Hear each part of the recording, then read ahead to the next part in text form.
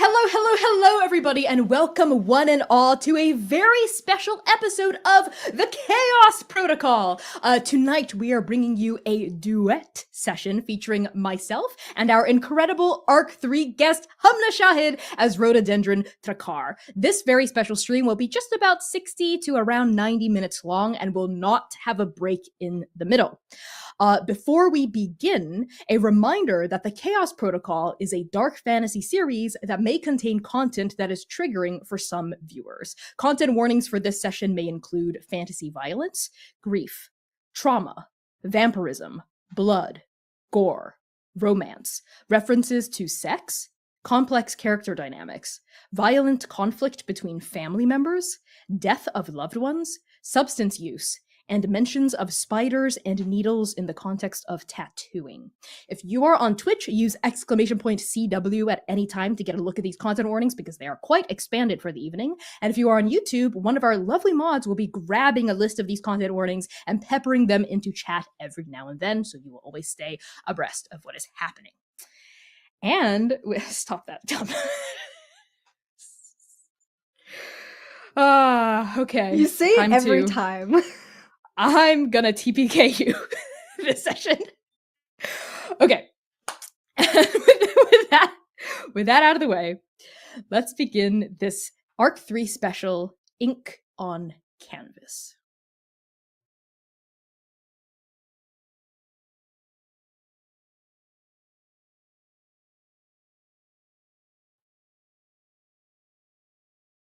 Of all the paintings Mother cast into my grave, my favorite was the willow. It wasn't my most technically profound, nor the most critically acclaimed. It wasn't acclaimed at all, actually. I painted it in private, between soirees and galas, working by the rosy light of dawn streaming through my bedroom chambers. Even you never knew about it. The only person who ever saw it was Mother.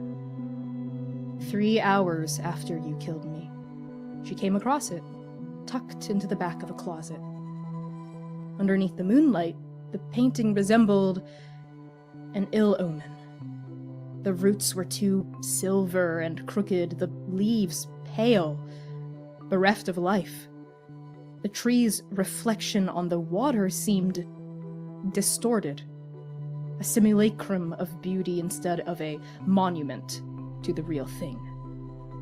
To her blurry eyes, the painting was more than grievous. It was the sound of an eager sword falling. She wrapped it with the rest of my things, shrouding it in white cotton sheets and burying it beneath the earth come morning. What she didn't realize is that the painting was never meant to be viewed by moonlight. I worked on it in the unalloyed hours of the morning before I was turned, before the threads of debt and desire could entangle me in their weavings.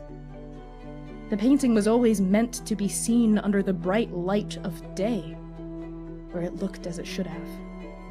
A proud, stately willow with a tired back, her 1,000 leaves like blades and tears.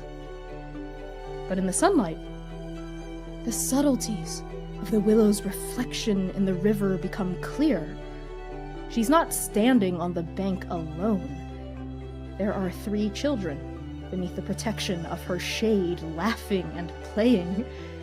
There is Yara, small and beaming. There is you, on the wooden plank of a swing. And there is me, pushing you, watching as you reach your small hand up toward the sky to touch the sun.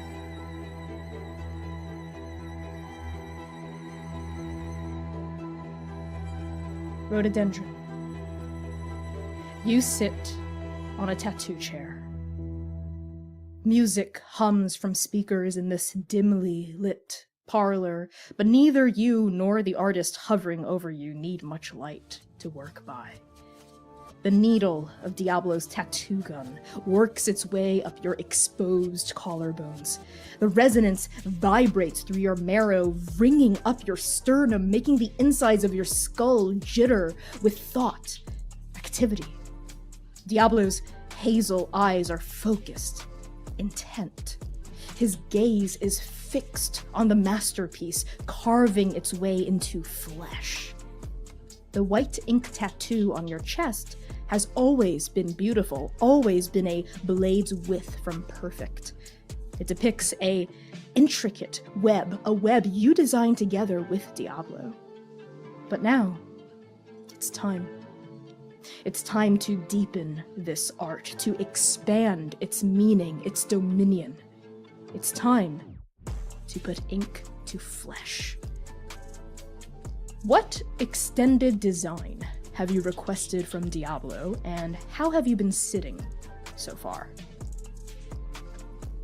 Rhododendron has asked to complicate the web further. Every time Ray looked into the mirror, it looked a little too simple. Like, the lines were too clean. You could follow one thread down and know exactly where it ended. But the more and more that Ro spins their own web, the more that the web of Inferno spins around them. It's more complicated than that. And they want to show it. And so Rhododendron has asked Diablo to functionally make a messier web, to add strands where there weren't before, to add illusions of paths that don't exist, to add dew onto the web, something living, something real onto it, and to add places where the web fades, places where it drips, places where clearly it has been interacted with. Hands have touched it, legs have touched it. Prey has been caught in it and then released afterwards. Something lived in. Something alive. Well, the pain under your skin is certainly living. Diablo pauses over his handiwork, and that thin skin feels sore, burned, but in a way that feeds you. As a spider, you know more than most that all art has a cost. Pain is but a small price to pay for beauty, for transformation. Diablo wipes down your chest with a clean paper towel, then gives you an assessing nod. Ready for the throat? I think so, though I don't remember this hurting as much last time. Well, when was the last time you got ink? Would have been years ago, I think, before... Well, you know, before everything. Right. Well, your body will adapt. If that's one thing vampires and mortals are good at, it's adapting. And Diablo leans in, that freshly inked needle hovering over the hollow of your throat. Their hazel eyes flick up to meet yours. Breathe.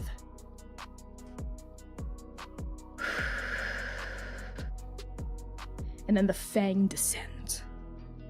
It's painful, Ro. It feels like you are a prey animal being held in the jaws of a hungry wolf, but you can't run, you can't hide, you can't resist. All you can do is lie there. Let the teeth rake you, let the maw grip you. It's a vulnerable place to be. I myself, I was never tattooed. I never got the chance to know the Prince of Ink as you had. As the needle punches the fragile skin of your neck over and over and over, a memory surfaces alongside the blood and the fluid and the ink seeping out of your pores. It's a memory you know well. A memory you don't like to dwell on, but uninvited thoughts have a funny way of sneaking through the balcony window.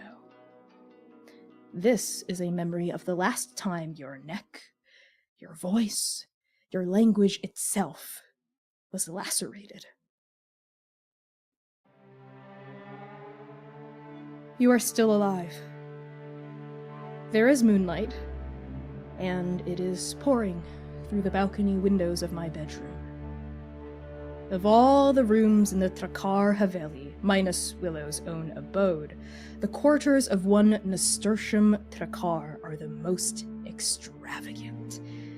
It is her birthright as heir, and she wears it with grace, if I do say so myself. The ornate rugs, the tall painted ceilings, the lavish sofas, the many tables and chairs carved from slabs of gleaming stone. Nasturtium herself doesn't need much to shine.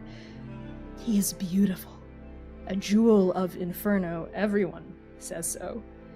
As he stands at the balcony, the moonlight streaming past his form, you see your brother in all his glory. The short brown curls, the well-trimmed beard, the elaborate kurta of richly brocaded silk. This wasn't my favorite kurta, but Mother insisted on it for tonight. Your brother's face is soft, gentle, not at all what one expects from a cunning spider, but you know that her expression is carefully arranged, intentionally disarming.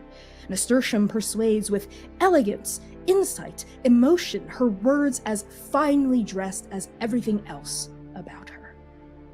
He is only 21, only mortal still, and yet his ascent through the city cannot be denied. The role Nasturtium plays in the Crimson Tapestry demands such finesse, and a Nasturtium is nothing if not fluent in the languages of this city, in the languages of this house. I took to it like a shrike to wing. You took to it like a lamb to slaughter. But as he turns to face you, Ro, as the moonlight frames his head like the promise of a halo, all of it drops away. The role, the mask, the affectation of gentleness melts into genuine softness. Warmth radiates from those dark brown eyes, an expression of warmth he reserves only for Yara, and only for you. And she says, in a rumbling but melodic voice like an autumn brook, if you'll forgive my navel gazing. Here to see me off, I presume. Ro is laying on the bed with their stomach down, their feet up, and Ray's light brown skin is not yet marked by the weaving of House Takrar. Ray is only 18 years old at this point. Their hair still long, curly, and black, but shorter, because it hasn't had time to grow in yet. And they smile at their brother, looking at her, and fangs are missing from their teeth. Their hazel eyes look up and down through this beautiful kurta that, sure, you didn't pick, but, you know, Mother did ask me for my opinion, and, well, it's the one I thought looked best as well. And I wasn't wrong. Looking at you then, looking at you now. And Ro gets up. They cross their legs on the bed and they chuckle. There's a bit of nerves behind that chuckle as they look at you. I wanted to make sure that I was here before your big night. Always such a concerned little sibling. I'll be fine, rhododendron. You know me. Probably be done with this faster than anyone else has in the history of our grand family. Yeah, you think you can die faster than anyone else?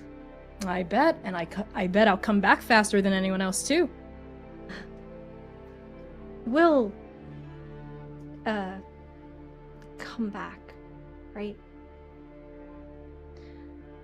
Nasturtium Aster takes you in, sees that vulnerability briefly on your face, in your eyes, and she takes a step forward towards you.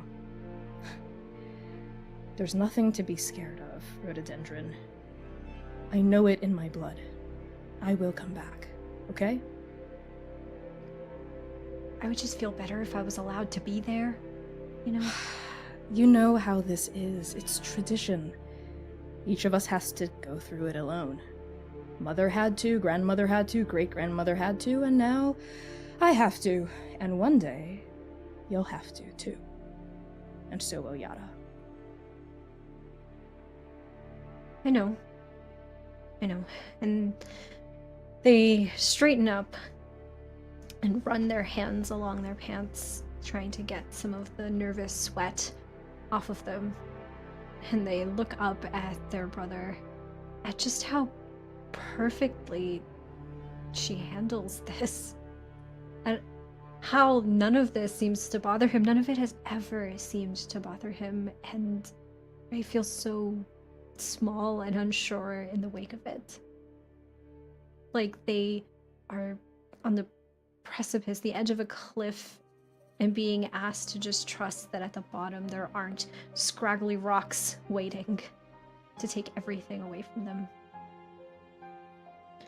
So Ro, I think, takes a moment, chews something in their mouth that runs along their tongue, and they look back at Aster and they say, you know, just in case something does go wrong, you know, I just really want you to know that Aster, I love... Don't be foolish, Ro. He takes a step toward you, but his words aren't scolding or acerbic. I hope that's not how you took them at the time. I hope that's not how you take them now. The words are soft, protective, and just a touch fearful. These words are a warning. You see it in her eyes. And gentle Aster goes on to say, you know this, Ro. Whatever you feel, it cannot be spoken.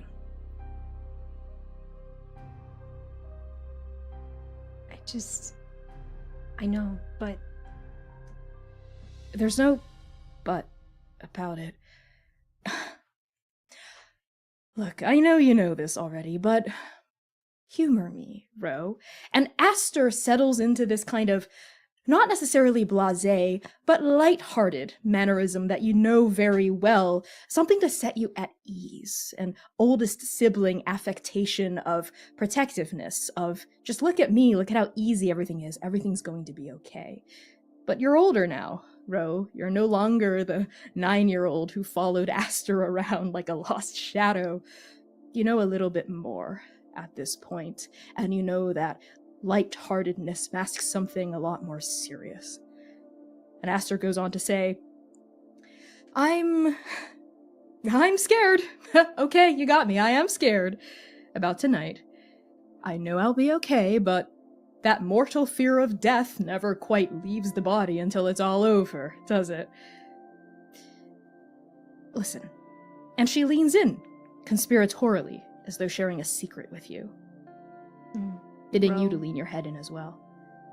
Ro leans in as well, and even then, even now, even when I was a kid, I always knew that affectation was nothing more than an act of performance. I always wondered what it was that you actually felt underneath, what it was that maybe you wanted to say that you couldn't. Could you tell me now? You couldn't figure it out then. It's up to you to see if you can figure it out now, Ro. And Aster says, will you let your older brother ramble about our house's misfortunes to assuage her own terror? If it'll keep you here longer, then yes. Aster's eyes glimmer with humor, yes, but Also that firm insistence. She's always been so excellent at convincing people to listen to her. Not just you, but everyone around her. I guess it just came naturally to me. And this good-natured self-denigration about fear and reassurance masks the painful truth of the matter. That you, rhododendron, are looming dangerously close to the edge of that cliff. And this is Aster's way of pulling you back from the brink. I did this for you. All the time. Now, I don't know if you realized it, especially when you were younger, so eager to wear your heart on your sleeve, where it is perfectly positioned to be shattered, and to shatter in turn. But this time you definitely know what I'm doing. I can see it in your eyes. You recognize this unspoken opportunity for you to save yourself and save face, and for both of us to connect. And your brother claps his hands together as you agree to humor him, and she says, "Well then, allow me to refresh my own memory of our family's founding. There was Dianthus, of course, and his oldest and closest friend, Luban.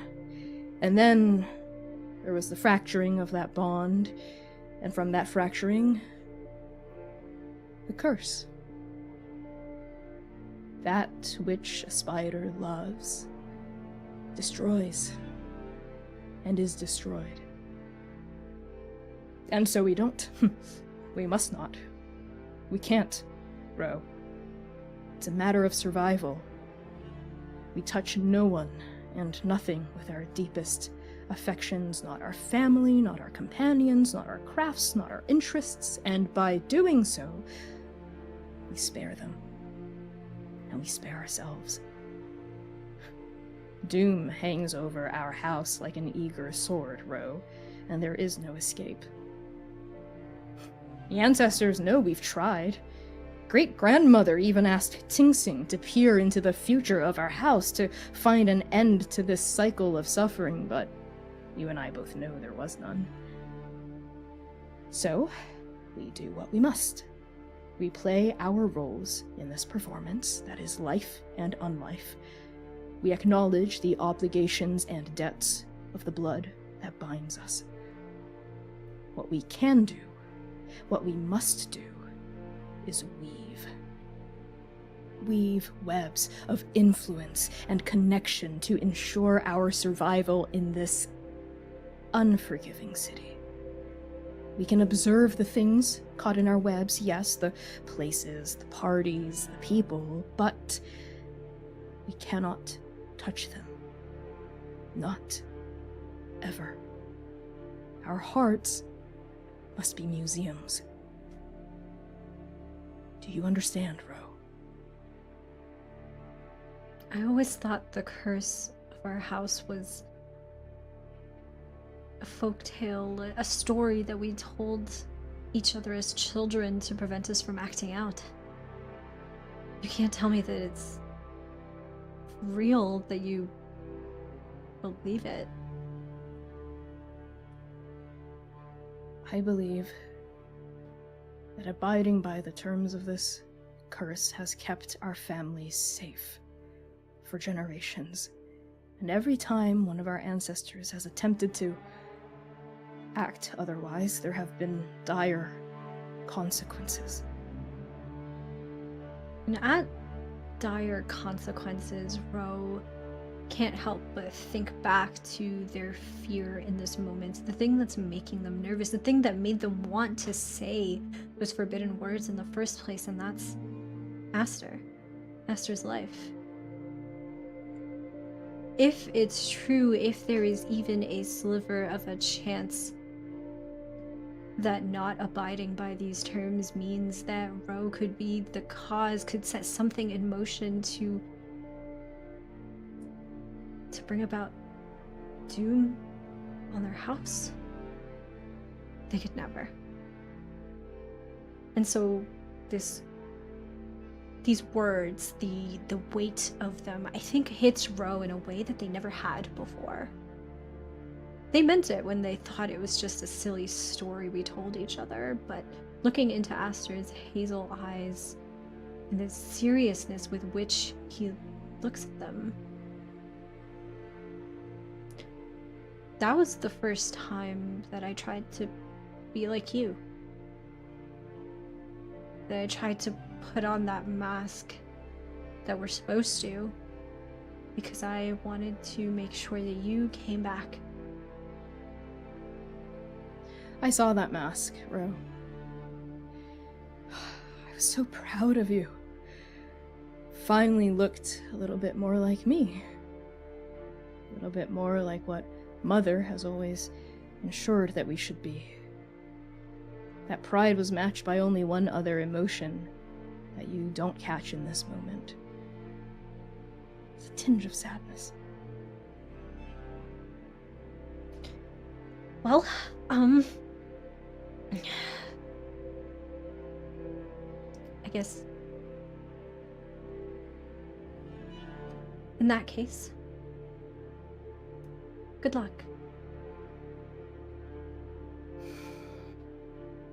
And Aster smiles at you.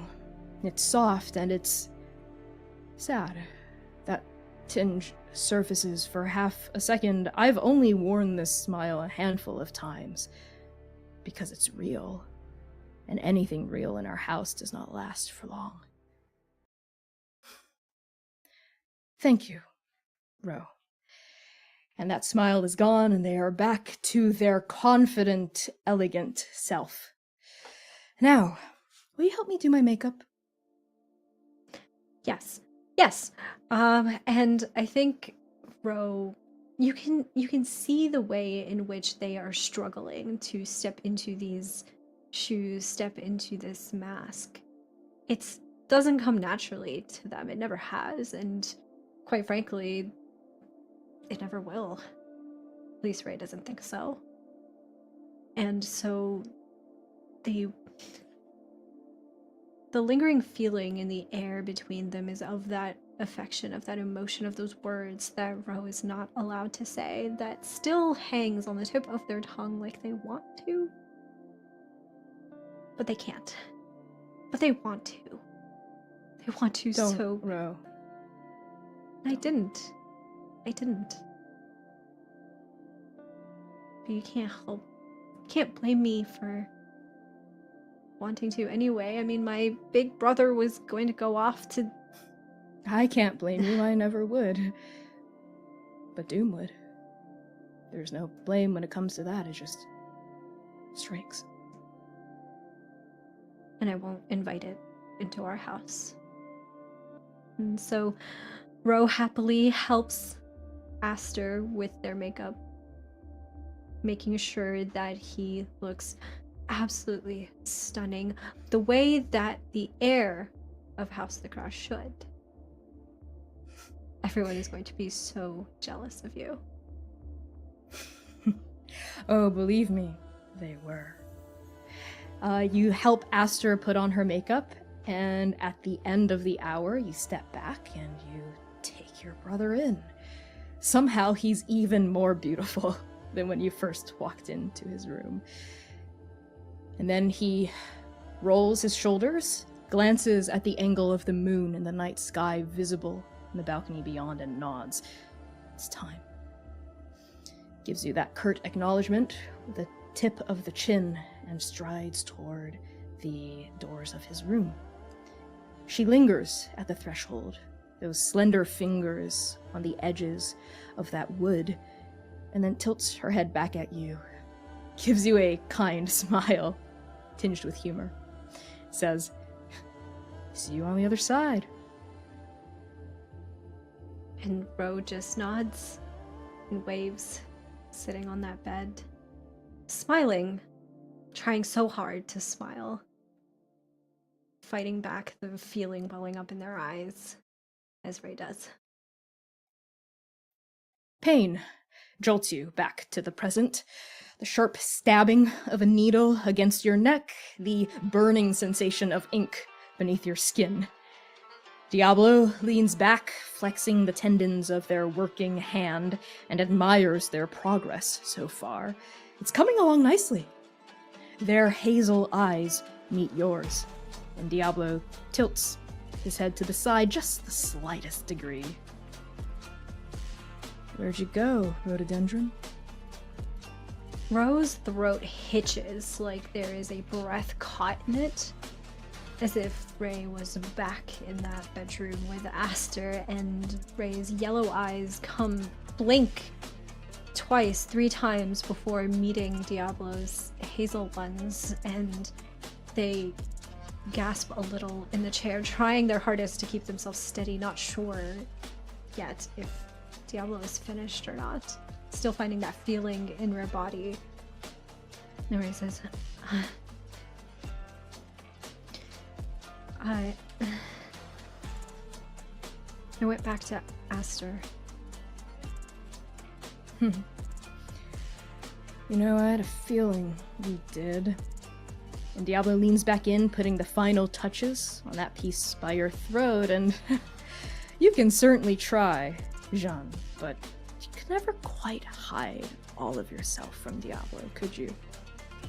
The man knows you too well. Even now. Even after everything that's happened. And Diablo says, casually, but there's genuine interest there. Anything in particular about Aster? Wondering what it was like when she turned. I mean, you know, my turning was a little bit different. What was yours like?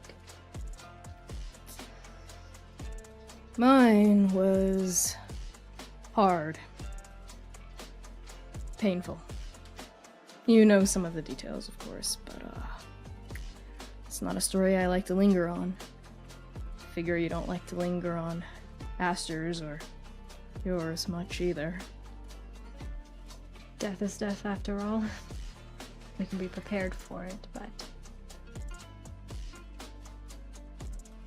that doesn't change the way that it feels when it comes for you. No, it doesn't. You know that old saying, all vampires here are born of blood and teeth and grief.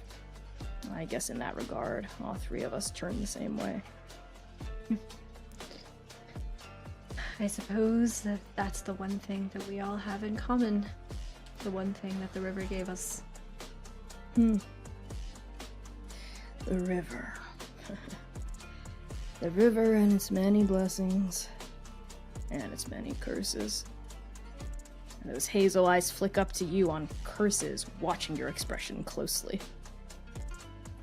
And Ro scoffs at that. It's a mirthless laugh that's not meant to be malice towards Diablo, but simply at the mention of curses. Some of us have more than others. You are, of course, referring to the curse of House Trakar, I presume? The one and only. Well, I know Aster was superstitious, but, you ask me, I think it's more one of those self-fulfilling prophecy situations. You know? How can you tell the difference if the outcome is the same? I guess there really isn't one. The thing about a self-fulfilling prophecy is, I guess you could break it. Ro takes that in for a second. Doesn't have an answer to it. I think maybe to anybody else, Ro would have fought back, would have insisted, but not with Diablo. Never with Diablo. Diablo always had a way of getting into Ro, really into them in a way that others couldn't. And so they allow that possibility to hang in the air between them, not daring to touch it, but letting it live there. Alright, you're next done. Let's give your torso a break for now. Do your hands next. You up for it? I think so. Can't be worse than what you just did. And Diablo cracks their neck, adjusts their chair, and leans in. That buzzing starts back up again, and he presses the oscillating needle against the back of your hand. And pain bolts up your arm as you settle into this new dimension of hurt. That's both a reprieve from the intense pressure on your neck and a new kind of gorgeous awful. At least, I assume that's what it's like. I never got the chance to be tattooed, of course, but there's something undeniable about towing the line between pleasure and pain. It almost makes you feel alive, doesn't it? It always did. I always found that strange, the way that hurting, or sometimes hurting someone else, can make you feel more like yourself than anything else. Well, you're really taking to being a vampire, bro. As the needle slides over skin and vein and bone and that terrible, terrible, terrible webbing between your fingers, you observe the art blooming across your knuckles. It stirs another memory, this one of color, blooming across the back of your hand. You are still alive. You are in a grungy, derelict subway tunnel. A literal underground concert is raging around you with a makeshift stage of milk crates and wooden slats, banged up speakers blasting music down this tunnel, and a young, hungry, raucous crowd. Yara would have loved this. Hells, I would have loved this. The stage itself is up on the platform while the concert goers dance and shout and mosh in the literal pit of the rails below. Tonight, Rhododendron, you are one of these concert goers. But you're not in Inferno. Not at all.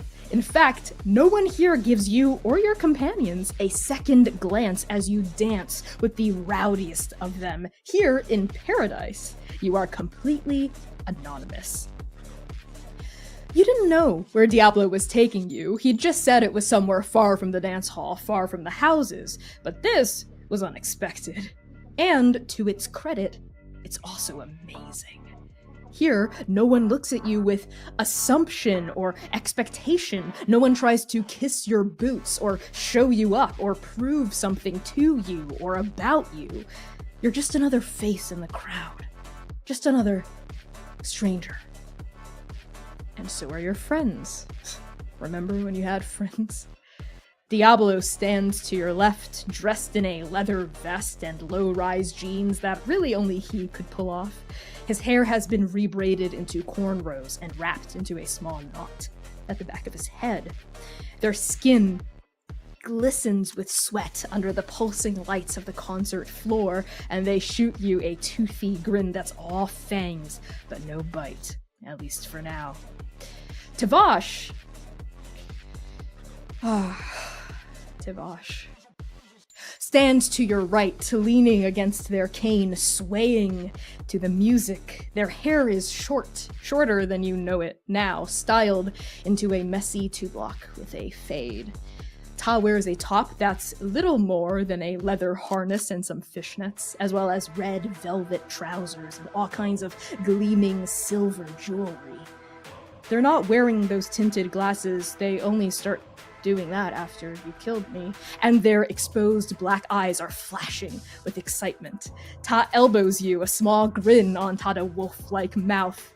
When Aditi told me I was going to the dance hall tonight, I can't say I expected to end up here, but I am glad I decided to wear the fishnets under my silks anyway. And Ro rolls their hazel eyes, trying very hard to hide the blush that is starting to form on their brown skin. And they just kind of elbow Tavash and say, well, somebody should have told me in advance because I feel like I stick out like a sore thumb. And what are you wearing, Ro? Yeah. Ro is still in their masquerade dance hall outfit because like he said, Diablo didn't tell us where we were going afterwards or that we were going to play hooky at all. So they were not prepared for this. And they are wearing this very beautiful, intricate lenga in hues of yellows and oranges. They have their dupatta that they've like tied like sideways on their body so that it doesn't go anywhere. And their hair, which was supposed to be out and long and proper, they have put up now haphazardly into 2 buns, like on each side, so that it stays out of the way. And that is, I think, the most that Ray was able to do to like make themselves comfortable in this space. But otherwise, kind of in this large concert area, every time Ro moves and spins, that lenga skirt, I think, like billows out and takes up so much space around them as they do. And this was what, like a year after, or a year before, sorry, before I killed you, before I was... Time is a funny thing, Jean. I think what matters more is that this is one of the happiest nights of your life. Here, among the crowd, here with Tavash, with Diablo, you are anonymous. You are free. It's a feeling you've never experienced before. It's a feeling I never got to experience. And it is more than intoxicating, it's clarifying. Here in the crowd, you get to decide who you are, who you could be. You get to decide that. Would I resent you if I actually knew? Maybe. I mean, how could I not? I was only human once. But more than that, I know I would be happy for you. So, tell me, Ro, who are you when nobody's watching? Ro is like a deer getting its legs for the first time. Ro is a little clumsy. Ro is a little full of the euphoria that comes with the freedom, the joy of getting to just be. And there is a lack of awareness of their body that they are not used to at all.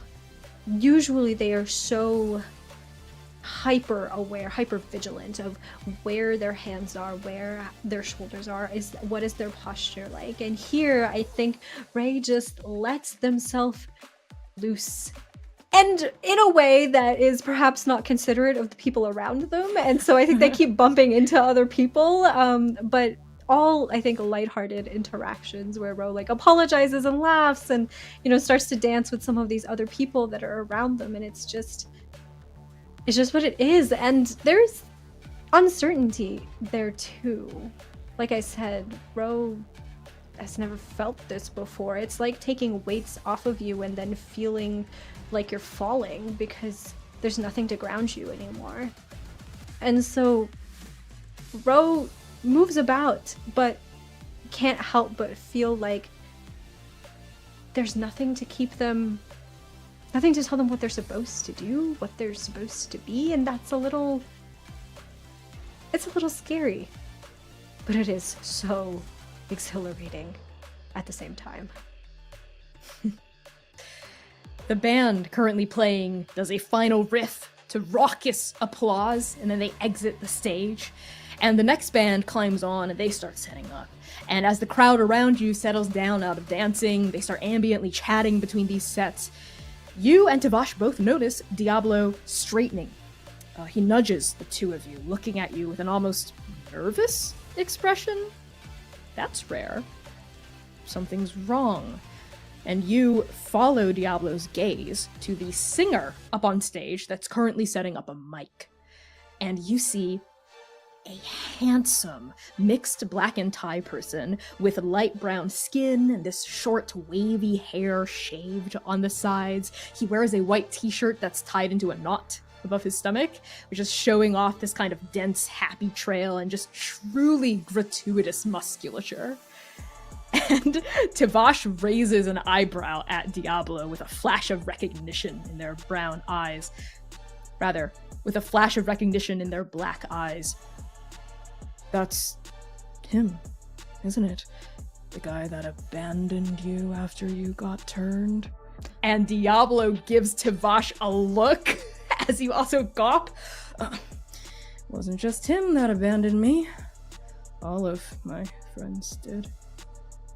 That's Liam? Worse. That's Liam, right? Diablo's jaw works a little, looking at the two of you. Just as you could never quite hide from Diablo, Diablo could never quite hide from you either. Yes, that's Liam. Just, Ro, I've been thinking about maybe trying to patch things up with him and that bridge. What do you think? Does he deserve that?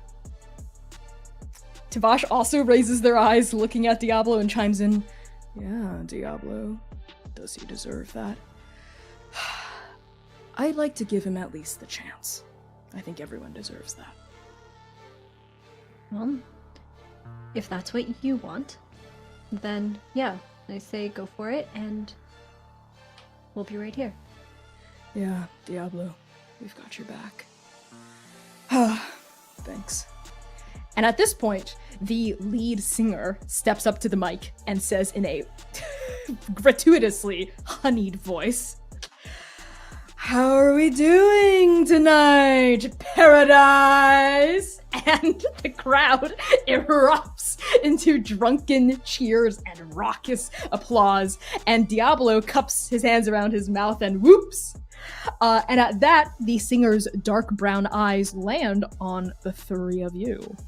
And Ro, you've gotten very good at reading expressions at this point. One day, you'll even surpass me. Why does this singer's look surprise you? Because there is no true recognition in his face when he looks at the three of us. I mean, sure, Liam had never met me or Tavash, didn't know who we were, that's fine, but Diablo? There should have been something far more intimate, affectionate, soft, anger even, in that face, but instead there was nothing. Like he was too cool to remember Diablo, too cool to remember what he had done. I questioned Diablo's taste in that moment, to be quite honest. Well, the muscles do make a good case. And Liam looks away from your group with that nothingness glazing his eyes, and then he addresses the crowd again. His drummer strikes up a beat, and the band plunges into their first song. And Diablo's mouth is a little tight. He caught that empty look as well, but there's still a hopeful expression on his face. Like, there's a chance for amends. There's a chance for a fresh start. And Liam's band plays their set, which is nothing revolutionary, Ro, but it's serviceable. I mean, you've heard our sister knock out better on the baby piano when she was 6, but still, it's fine. And when they're done, the crowd erupts into cheers. And as they get off the stage, Diablo jerks his head. Come on. And then he hops up onto the platform and approaches his ex's band. You and Tavash shadow him closely, and the three of you find Liam with the rest of his bandmates and a couple of groupies here and there. They're all smoking cigarettes, and they're all shooting the shit before they head down into the pit. And as Diablo approaches, Liam glances over, and then, just like when he was up on stage, he looks away. What an asshole. But that doesn't dissuade Diablo. Diablo stops a couple of feet away. Hey, Liam. Liam clears his throat, but he doesn't respond. He doesn't even look at Diablo, even though he's literally feet away from him. But Diablo presses on. Come on, man. Don't play this game. Look, I liked your set. And at that, Liam looks over his shoulder dismissively. Sorry, I'm not doing meet and greets with fans right now. And a ripple goes through the group. All of his little groupies, they put up their hands to hide giggles. They whisper, and their eyes flick up and down Diablo's entire body with judgment. And Diablo's jaw works again, and he says, you know what? Forget it. I don't even know why I fucking tried. And he turns, starts to walk away. So does Tavash. But before your group can take more than 3 collective steps away, Liam mutters under his breath, but not so quietly that you can't hear. Oh, he was always so needy. I mean, it was never even that deep, seriously. And his group giggles even louder. Well, you see, you had told me that I couldn't say how I felt. You never told me I couldn't show it. The curse can't get us that way, right? Loopholes, Ro, loopholes. They're not for jumping through. They're a noose if you're not careful. Well, it's a good thing I didn't jump. I leapt. And I leapt across those groupies, clinging on to Liam, hanging on to his every word as if it was God's fucking gift to Inferno. And I decked that motherfucker right across the face. Yeah, you sure did. You know, to this day, Liam's jaw has never quite felt the same. After that punch, had to get dental work done. He swallowed a crown. I'm quite proud of And that. we see now, in the present, Liam staggering backward. Bam! His body hits the ground from the force of your sucker punch. He's nursing his face. There's blood spurting everywhere, and he's babbling, "What the fuck?" And the rest of his groupies are like, half of them have split off and are like mewling over him. The other half turn to look at you. And Diablo goes, "Oh, bro." But there's a kind of like smile on his face. Tavash kind of rolls his shoulders, leans on his cane, and goes, "Oh, fuck, okay, well, I guess we're doing this." And a brawl breaks out. At the end of the day, even though Diablo is a vampire, ultimately, you are just outnumbered. There are too many band members, too many groupies, and they literally kick you out of the subway tunnel. They literally kick and punch and shove you out of this derelict tunnel. And now we find the 3 of you on the curb outside the train station. All kinds of bruised and battered, but definitely not more battered than Liam's ego, which is all that makes it worth it. And Diablo's kind of like leaning there with his hands flat out on the concrete, drinking in the light of the moon, a bruise blooming on the side of his face as he laughs. Oh, I can't believe you did that. And he lowers his head and looks at you, Ro. I think Ro is on one side of Diablo and Tavash is on the other, and we've been kind of sitting there with them together. Ro a little bit like, I think there's an ice pack that Ray is holding over their knuckles that from the hand that they had used to punch Liam, and they just laugh. They laugh so large and so open and so free here. And when they're done, their hair, I think, has like partially started to come undone in the middle of that fight from their buns. And they look sideways at Diablo and at Tavash, and they say, "Well, I would never, ever let somebody hurt you." Oh, that's almost embarrassing because neither of you are vampires, and yet you were the ones that left to defend me. Well, I know that you would do the same if the tables were turned, though I will say I would never go for someone like Liam. He wasn't always this much of a douchebag. Okay, he was a little bit more tolerable back when he and I were actually together, but I guess my gut instinct was right. He's just a fair weather friend. I was there for him during the roughest time of his life, but for me, I guess it was too much. He's not worth it, you know. You have been just such a light for me in Inferno, you know? Like, nobody else is quite as honest as you. I don't know, I get this feeling every time I talk to somebody, like they're not quite sharing everything. But I never get that with you. Well, it's because they all claim houses, and you're a Thrakar, and you're a Lanius, and I want both of you. I don't want to have to choose. Never have. Guess that's why I'm bisexual. And Ro, I think, like, leans in and rests their shoulder on Diablo, or rests their head on Diablo's shoulder and says, "You can have us both. As long as I get to have both of you too."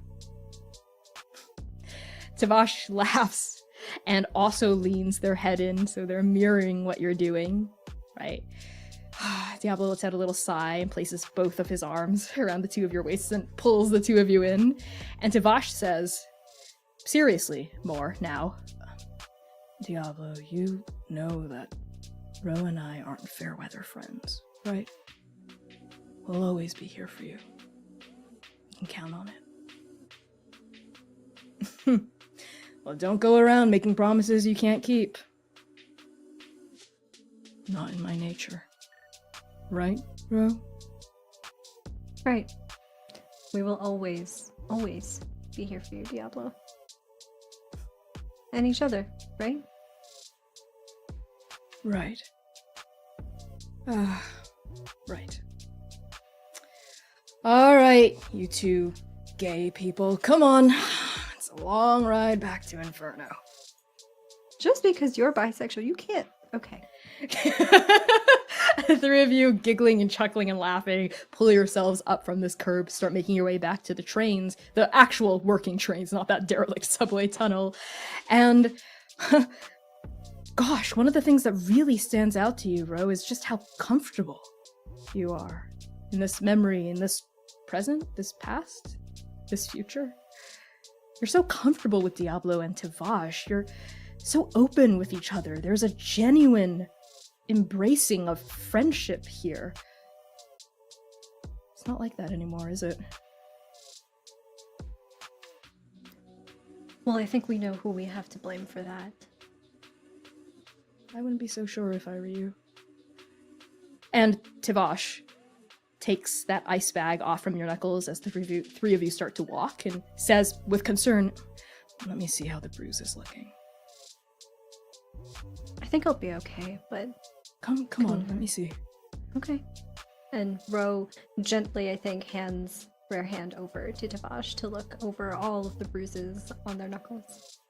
It's starting to bloom into a rainbow, Ro. It's quite nasty, real gnarly, and you invent quite a satisfying excuse for how this happened the next morning, but that doesn't matter right now. What matters is that Tavash takes your fingers with a look of genuine deep concern, despite the bruises being surface deep, lifts those colored knuckles up to their lips and kisses them. And pain, once again, pulls you back to the present.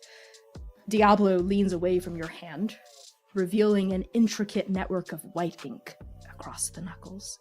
And for a moment, that memory of the bruises is superimposed over the present, but then it falls away, like gossamer strands in the light of dawn. Diablo studies you carefully. You're not the only one who's good at reading faces. And when he speaks, you get the sense he's not just asking about the tattoo. What are you thinking? I'm thinking that pain lives in our memories more than it does in in the time that we spend in it. Do you remember Liam? I try not to. I mean, the actual person aside, I quite liked getting to go to the concert together all those years ago. You're feeling quite nostalgic tonight, aren't you? Can't help it. Something about the way that the needle touches my skin. It's like it's bringing up puddles up to the surface, well water that I didn't know was there. You know, that actually happens quite often here in my tattoo shop. Some people like to put on music, other people like to talk the whole time, but other people just sit there, and they fall somewhere deep inside themselves. I can't always tell where they go, but with you, Liam, that night, it was this hand, wasn't it? The one you decked him with. Yes, it was, and it actually took quite a long time to heal. I didn't think it was going to take that long, but... Well, if it makes you feel better, he actually billed me for the dental work. You're kidding. Of course I ignored it, but you did quite a number on him. Well, he deserved it. And to my credit, he never bothered you ever again. No, he did not. And Diablo smiles. But there's something else in that smile, too. The same thing you almost saw in my smile all those years ago. The great tragedy of Diablo Suarez is, of course, that he didn't claim a house because he wanted to have it all. He wanted to have you and Tavash. But in the end, it didn't matter. He lost them. He lost you. He too lost what the three of you had together. But he's never said as much to you, not in those words, and not right now. Instead, Diablo does what Diablo does best. He talks about it without really talking about it. It's where you're comfortable, Jean. And he knows this. He knows not to disturb the web too much, or else it will break. And he'll lose what few gossamer strands remain between the two of you. I know things are different now. They have been for a while. But things that have changed, they can change again. Burnt bridges can be rebuilt. New choices can be made. You know, I always liked that about Diablo. That he always knew just how much to say without pushing someone away. I think that's why I was so drawn to them. Why I was always pulled so close. And Ro, again, lets this possibility of change hang in the air between them. And I think similarly, Ro would never say anything outright directly. But I think they look at Diablo's face, they look at those hazel eyes, they look at the ways in which Diablo has changed since that concert night.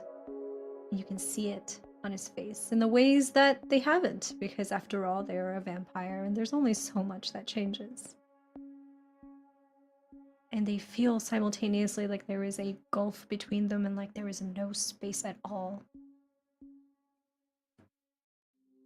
Maybe some things can change. But it's hard to build a bridge out of ash. All I'm saying is, I'm still here.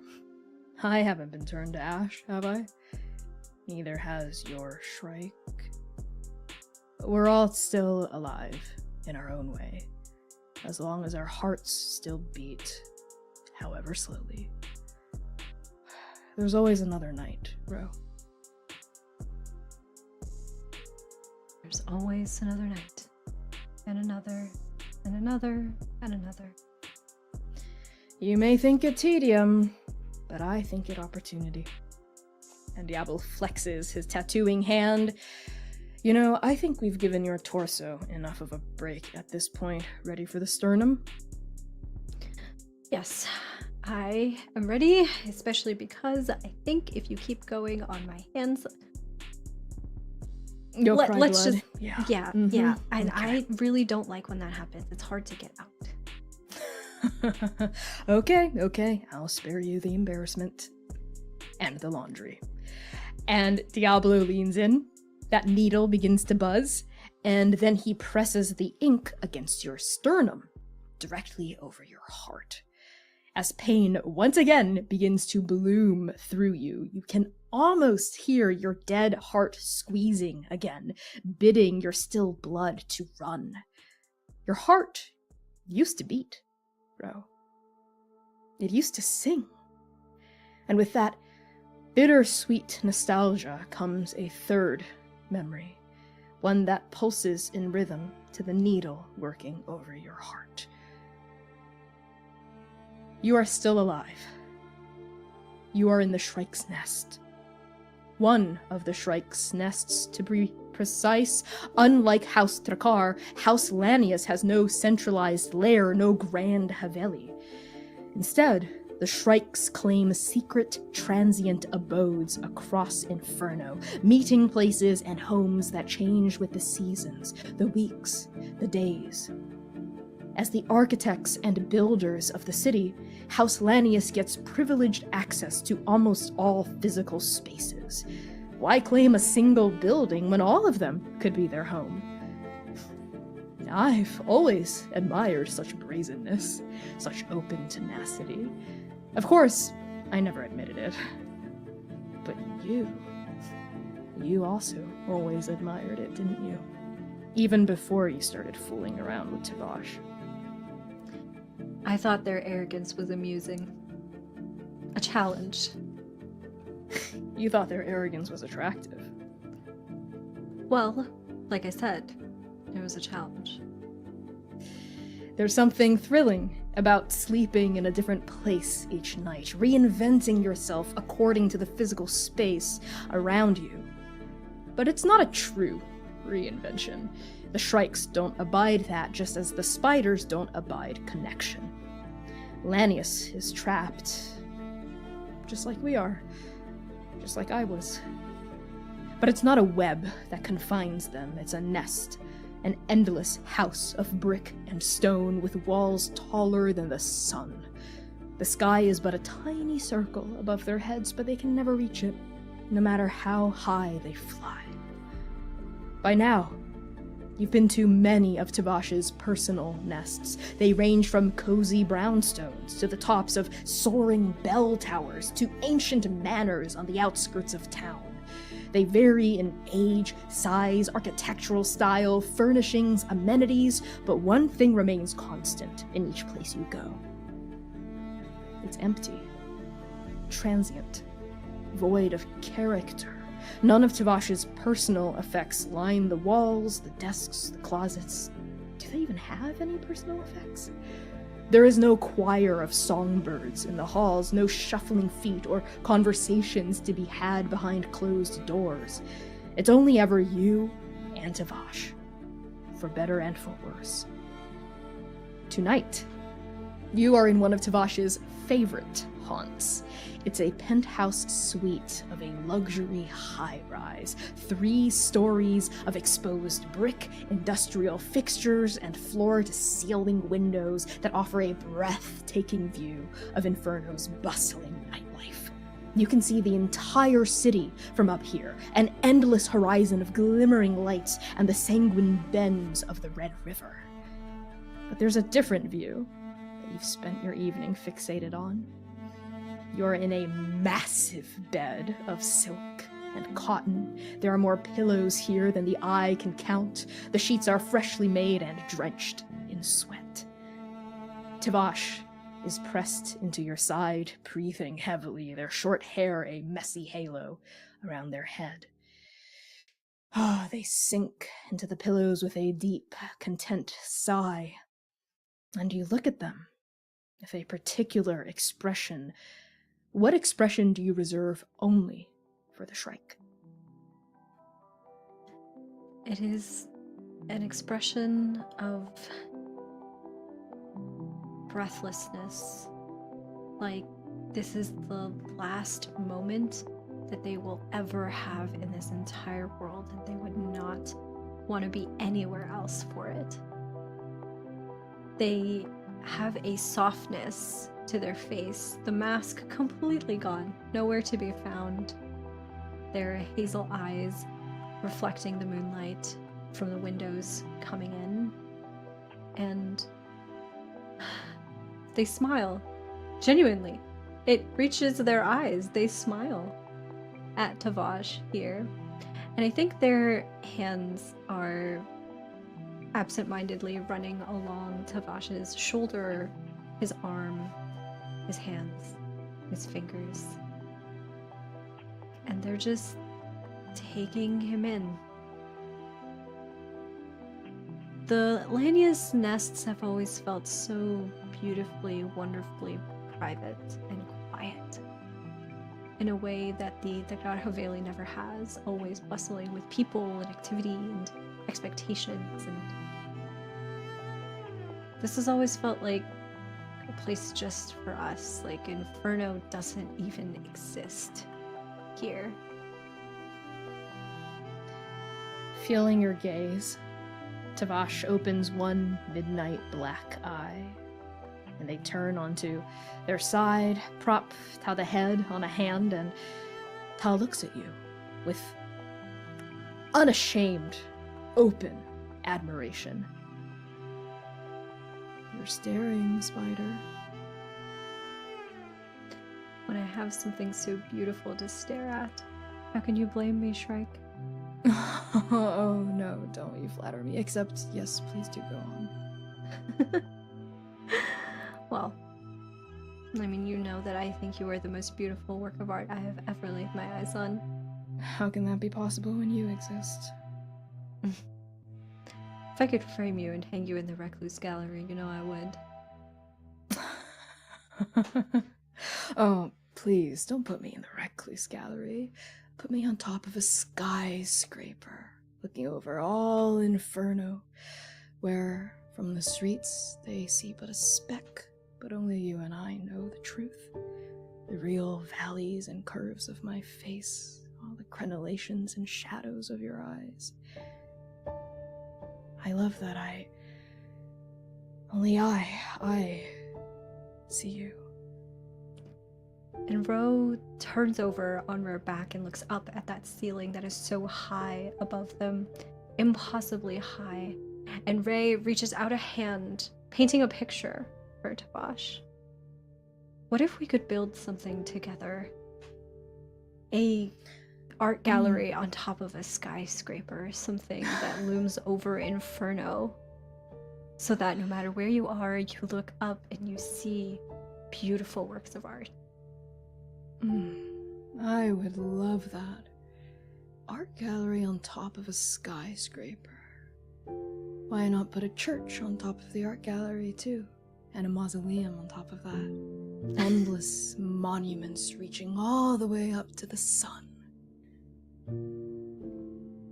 Never seeing its end, because it doesn't end.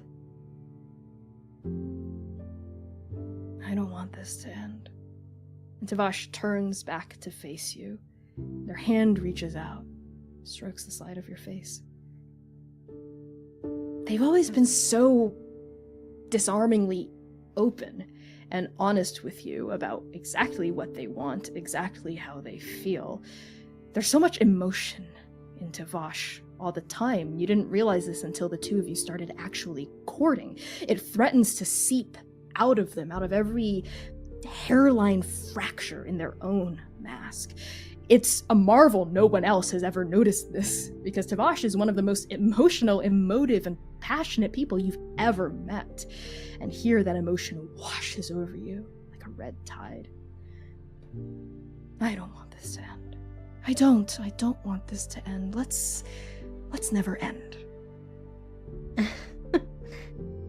And Ro is always caught off guard whenever Tavash is so open and honest, because Ray could never, not even really fully with Tavash, although that's the closest that Ro ever gets, but Ro has never expressed their affection for Tavash so plainly. It's always been something that Ray talks around, circles around. You're a beautiful piece of art. What if we made an art gallery together? but never direct or plain. And they hear this from Tavash, and something swells in their chest, something that they instinctively feel like they have to push down, and they don't. But they don't let it come up onto their tongue either. And instead they laugh softly and they say, well, you and I will be turned soon, and so we will never end. Oh, turned by our houses, you by that prophet of the Red River, that spider, and me by... And just as openly as they wore their affection, they openly wear their disdain about the idea. They kind of flop onto their back and make a bit of a show of it. But what if we didn't? They kind of pop back up to look at you. What if we... No. What if we weren't turned by our houses? What if everything was different, bro? What if we chose something else? What if you and I got turned together? I don't know how we would be able to do that. I mean, our houses have very specific rituals and traditions of how... well, that's all just pomp and circumstance. All you really need is someone with the gift of the river and someone else who's willing. And I'm willing. Are you willing? Well, and kind of like sidestepping the question. Well, I mean, I don't think Aster would be... I mean, I know that, she has the gift of the river, but I don't think that she would do this for us. Defy the houses? Well, I'm not talking about Aster. Diablo. Come on, we both know someone. We're best friends with someone with the gift. He'd do it in a heartbeat for us. Okay. Yeah. But, okay, what if instead we asked to get turned together? I mean, you and I have been doing this for so long, and I think that maybe they were wrong. Oh, maybe, okay, not wrong, but maybe the curse doesn't extend all the way. Maybe it gets weaker over time, and if we talk to... The curse, row, come. And Tavash, with a sudden burst of alacrity and passion, they kind of swing their legs over the edge of the bed, they grab for their cane, and they gesture for you to follow. Come! And Ro does. They follow, I think, putting on a robe tightly around their body, and they follow Tavash. A little bit nervous, a little bit hesitant, but drawn in by that passion, by that intensity, like they always have been. Something that they can't help but chase. Tavash also grabs a robe, puts it on haphazardly. Half of it is sliding off one shoulder. They cinch it around the waist, and they lead you to the balcony. This beautiful balcony at the top of a skyscraper, and outside they slide the door open, and the night air past both of you, making the chiffon curtains just billow like memories of ghosts. And they let out a chuckle. They move forward, that cane clacking against the material of the balcony stone, and then they lean their hands against the railing of the balcony, take in a deep breath, and they shout at the top of their lungs out over into the city, "I love rhododendron Takar!" Oh. How's that for your curse? Come on! Isn't this wonderful? Look! No one here can hear us. No one here can see us. What are you so scared of? I never said it back to them, right? I do. They know it too, of course. How could they not? I just think that I see how you feel, and I see how I feel, and if we talk to Aditi and Willow, maybe we could convince them. I don't care about what Aditi or Willow think about us. I don't care. Their opinions, they don't matter to me at all. I mean, a DT has never... I raised myself, really. She was only there to tell me when I failed. Which is fine. I prefer it that way. It's freedom, kind of, in its own way. And I know how much Willow means to you, and I know how involved Willow is with you, but I don't care. I just want us to be turned together. All that matters is what you want, what I want. What do you want? Ro, do you want this? And they reach forward and take both of your hands in theirs. Ro had never allowed themselves to ask that question, let alone answer it. What do they want? Well, it's always mattered what Willow wants, what the house, the crowd wants, what it demands.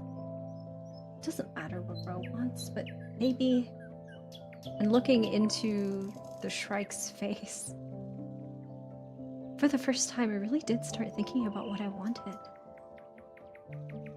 I couldn't help it. I thought about you and what you said to me before you turned. But I really wanted.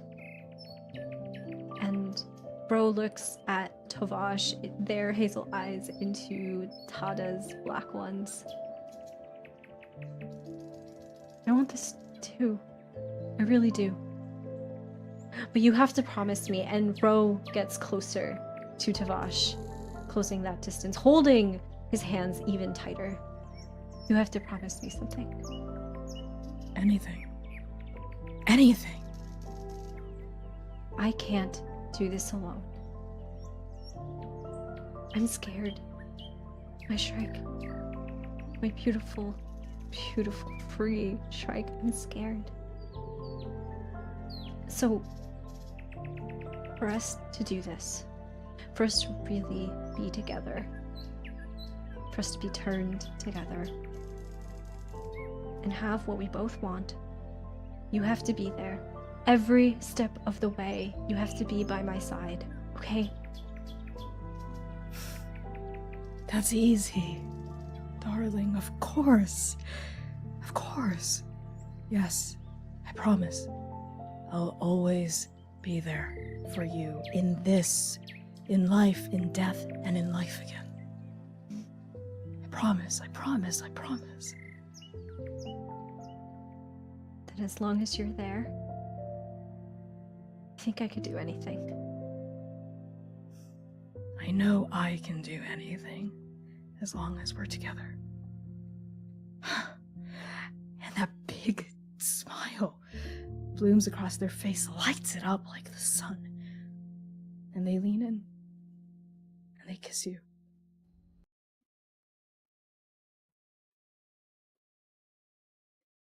For the third and final time, pain jolts you back to the present. There is a pain over your heart. There is a pain in your heart. It is a pain that will never go away, no matter how much time passes. I'm sorry, Jean, but that's the price of love. And what a heavy price it is.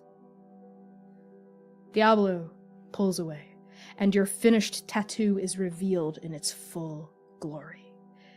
How does it compare to what you envisioned? It looks nothing like Ro had planned. And that's why it's perfect. It is unpredictable. It is a little messy. It has touches of Diablo within them, naturally, as his hands were the ones to weave these threads on Ro's body. And they love it. It's beautiful. Diablo puts his equipment away, pulls off his gloves, tosses them into a bin. Then he looks at you very carefully and deeply, and he says, "This one's on the house." Well, you know that. You are always, always welcome. at the Dakar Haveli if there is anything at all that you need. Of course. Listen, Ro. I know you're planning something with that bloodbath of yours. Just be careful. Okay? I always am. If you ever wanted to do something that wasn't this, know that you have at least one friend in your corner. And Ro smiles softly for a brief moment, remembering the feeling of possibility that opened up before them when Ray thought that that was something that was going to happen for them. And they sit in that moment for only a moment in indulgence that they allow themselves before they come back. Thank you. But my house needs me. Of course.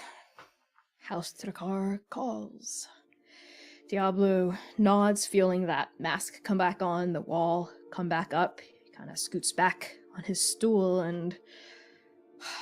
Oh, Ro. Your past selves. They're dead. But they're unburied. They haunt you. Who you were is gone. But... And Diablo says... Things can always change. I suppose they can. The only difference is, can we control that change? I have spoken at length with the good abbot about the nature of our destinies, and while I do believe there are some things only in the control of the red tides, I also believe that we can always choose how we carry out our legacies. That's on us. For worse.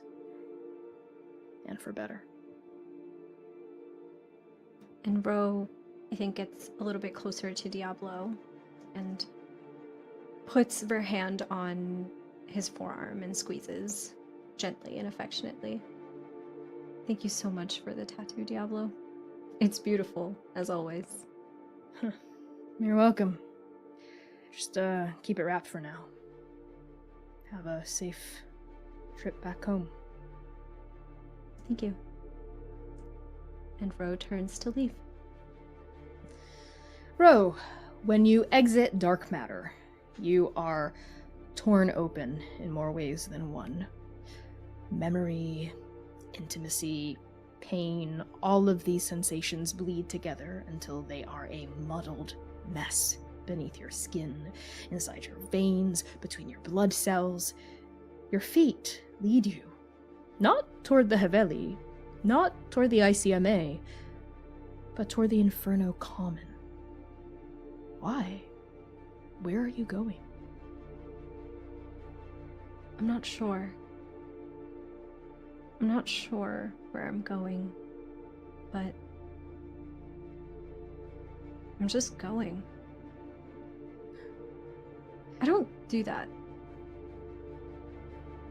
No, you don't.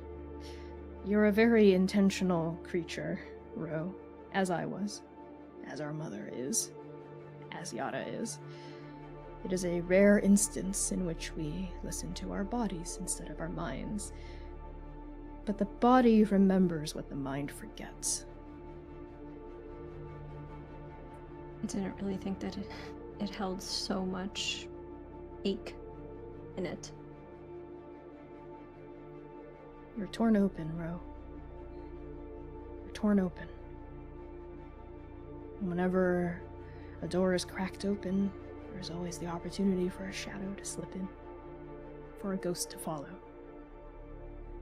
And so your feet lead you to the archway. Ah, yes, the Inferno Archway, built by our ancestor and by theirs, A monument to a friendship once forged, a bond once shattered. Isn't that familiar? Why are we doomed to repeat ourselves? I've asked myself the same question pretty much every single day since I killed you. This cycle cannot be broken. The cycle breaks you. You stand, Ro. You stand within these shadows of finely hewn stone underneath that archway, and you bleed. You bleed into the shallow current that feeds into the Red River. You bleed into memory. You bleed into what was, what wasn't, what could have been, what could still be. You bleed as I bled, torn open in more ways than one, and you remember. You remember something you refuse to look at. But now that you're here, in the place where it happened, it's different. A detail draws your eye, a thread in the crimson tapestry sprung loose. This is how it always was. You just never let yourself look. Do you look now? Do you remember what was forgotten? I can't look away. You are dead. And you are alive. And you are becoming. And I am dying. I am on the ground, beneath the archway. You are kneeling above me. Your hands are wet with my blood, and the rest of it is spilling out into the crimson river in heavy tidal waves. My second life is leaving my eyes, once brown, now yellow, now turning brown again in second death. You're saying something to me. What is it? Aster! Aster, I love you. Please, please don't leave me, okay? I'm sorry. I love you. I love you, okay? Don't go. I am looking at you with an expression you cannot recognize. Between your tears, my hand is reaching out toward you. Do you take it? I do. And it's covered in your blood, and I'm sorry. I'm so sorry. I love you so much. Don't go. You don't see her, Ro, but I do. In my final moments before the darkness leaves me and that endless river we call oblivion and salvation takes me, I see her. Our mother. There is a noise you do remember. A noise that is terrible and unrecognizable to you. A noise your memory had shuttered away as some odd aberration of grief-stricken haze. But I know what it is. I see what it is. Past you. Past my blood on your hands. Past your tears. I see our mother. Kneeling. Clutching her face. Weeping blood. Screaming her dead heart out. A broken wail for her children. Both of them dead. One of them gone forever. You don't see this and you don't know this. Not yet. But she blames herself. Jean. She fears she loved her children too much. That's why doom took us both. She didn't realize that her body was a lit match, and that holding us close to her burns. It sets us alight, as she was set alight by her own forebears. This is the worst night of her life. That's something you have in common. It binds you closer than blood. I speak. You've never had to choose your last words before, Ro, so I get that it was confusing. And when you're dying, you don't really know how much time you've got until it's all gone. I chose 10 words, perfectly crafted from me to you, to tell you what you needed to know. But just when I was really starting to get there, That's just how it goes sometimes. You heard the first 6, now I need you to remember the last 4. Because they've always been there, Ro, and I need you to hear me now.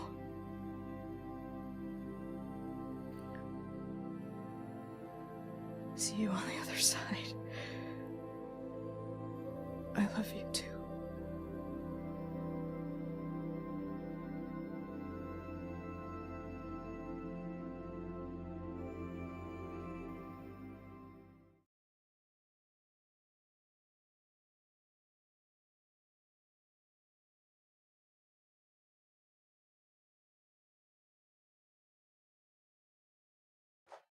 Thank you all so much for tuning in to this very special episode of the Chaos Protocol. No matter if you're tuning in for the first or the 100th time, we are Transplanar RPG, an all transgender, people of color led, dark fantasy actual play channel telling stories set in an original non-colonial anti-orientalist multiverse.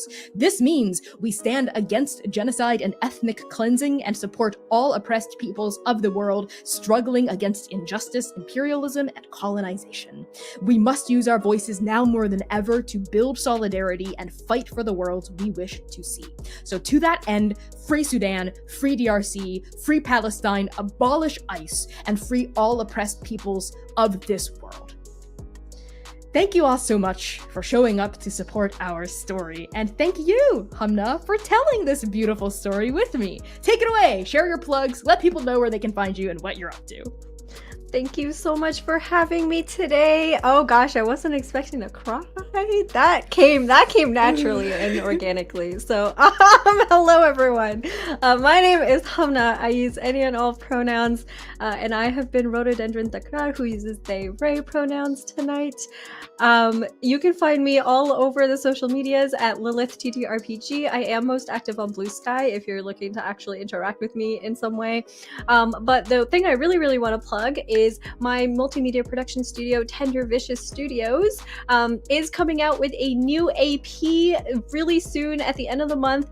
So please follow us on all over the social medias. We are tendervicious.com on Blue Sky, and then Tender Vicious Studios everywhere else. That includes TikTok, Tumblr, Instagram, YouTube. So please go follow us because I am the sad person behind the social media accounts. So it would make me happy if you would do that.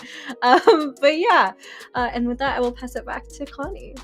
Yes, follow Tender Vicious Studios and tune in to their AP release. It's coming up. It's going to be a big one. Many incredible people are involved in the making of it. So if you enjoyed what you saw here tonight, consider leaving us a positive review, joining the Discord server, or posting about us on social media. Not only does it help our creator brains when we are on the verge of burnout, it also helps us continue to reach out to sponsors to make this work possible. So if you have very little money and you can't throw us money at Patreon, feel free to just talk about us online. That's just as valuable. We will be getting back next week with a very exciting community stream, our March community stream, where we will be yapping about our most beloved media tropes, dramaturgy, and more. So in the meantime, stick around for the raid that's coming up, and we will see you back here so soon, same time, same place. Use the raid message in chat. Let's send our love on to the next streamer. In the meantime, journey well, transplaners.